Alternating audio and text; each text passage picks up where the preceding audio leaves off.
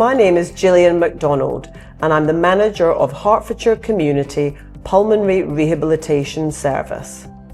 Pulmonary rehabilitation is a 6-week course of exercise and education designed to help people with a long-term lung condition become fitter and better informed.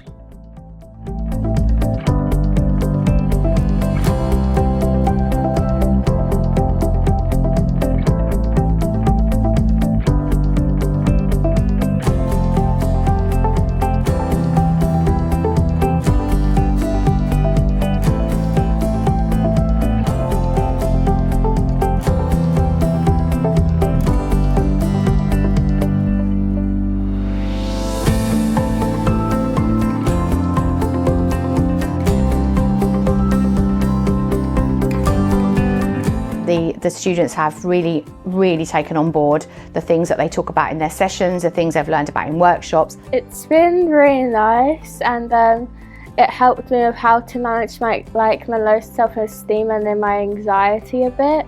It helps me go into school since I'm usually anxious about that, but it gives me confidence knowing that people are there for me. So for us, I think it's given us an insight into how Jack's brain works sometimes. Some feedback, especially from parents, that we tend to get a lot of is just having that person to hear the voice and the stories of our families.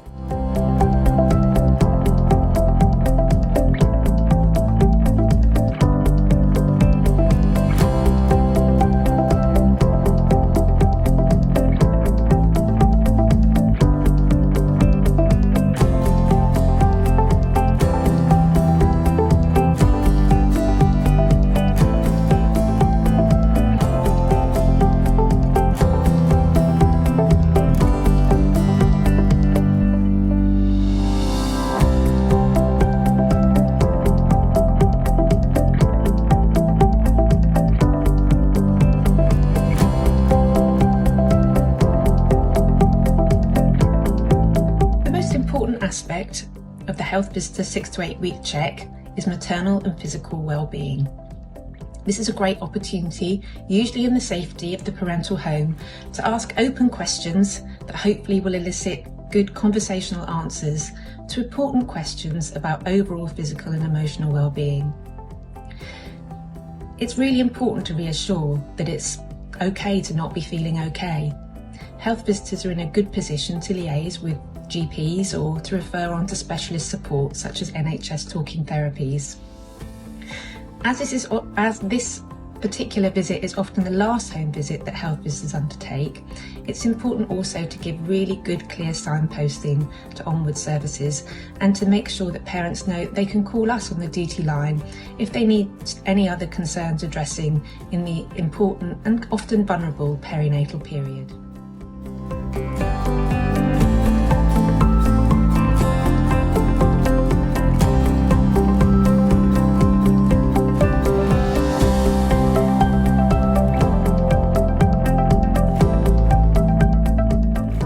Over the past few weeks, I have been out to every locality discussing the transformation and the community modelling, and have put up the Mad, Sad and Glad boards.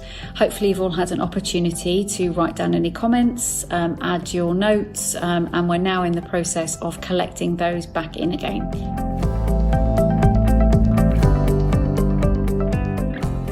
Parents of a teenage girl who sadly died from cancer are appealing for people to use different language when talking about the disease. Alan and Chiara's daughter Daisy was diagnosed with a rare cancer at the age of just 12, and she passed away just over a year later. Now, Alan and Chiara are now urging people to avoid using the phrase losing the battle with cancer. This morning they spoke to BBC Three Counties presenter Andy Collins. Yeah. Tell us about this phrase then that we're talking about this morning, you know, that we hear all the time, you know, losing the battle with cancer. Tell us about that. Yeah, I think it's very important because these are brave children that fought the battle through no choice of their own. They're not losers. We as a society have failed to equip them in the fight.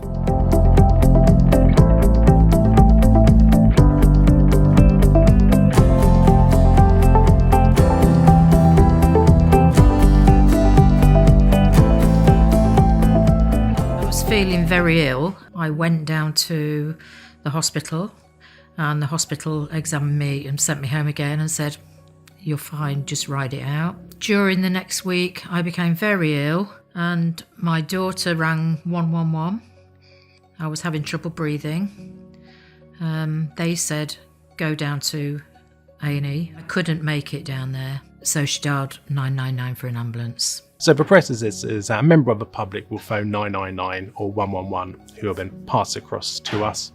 The job will appear on our screen and we'll have a look at it. We'll review the patient's notes and history, and depending on what they've said to the call handler and also what they've been graded as a category, with East of England they'll be coded between C1 and C5, C1 being our high kind of our cardiac arrests, and C5s being our lowest acuity jobs. So we'll review what they've told the call handler, and based on that information, we'll potentially say, actually, this is suitable for our community providers to look into, and we'll pass it across to the community teams. Get matrons out, get district nurses, get therapy teams or falls lifting teams out to these patients, which would be much more appropriate than an ambulance. And for us, save ambulances for emergency calls, but still getting help to those who do need it.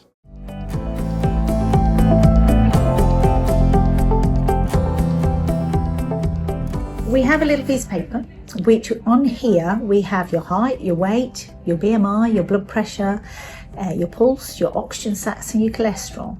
And actually we also have a little box that says mental health. And what we're trying to find out is just how are you? How's your day going?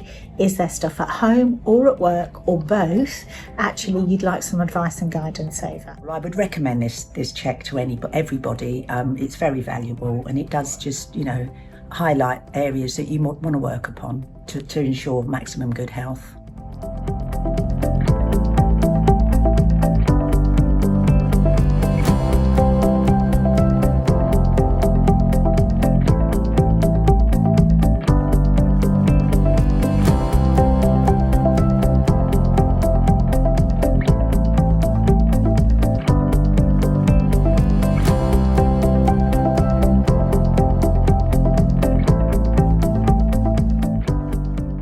My previous experience being in hospital, obviously very different, where you on the ward, you don't do any travelling outside of hospital for your visits, whereas here you get to drive around, you get to see all this beautiful scenery, you see different patients on a daily basis, and they're all very, very different from different backgrounds, with different conditions, and mainly elderly. The biggest insight of the job is how much you can give back into your local community.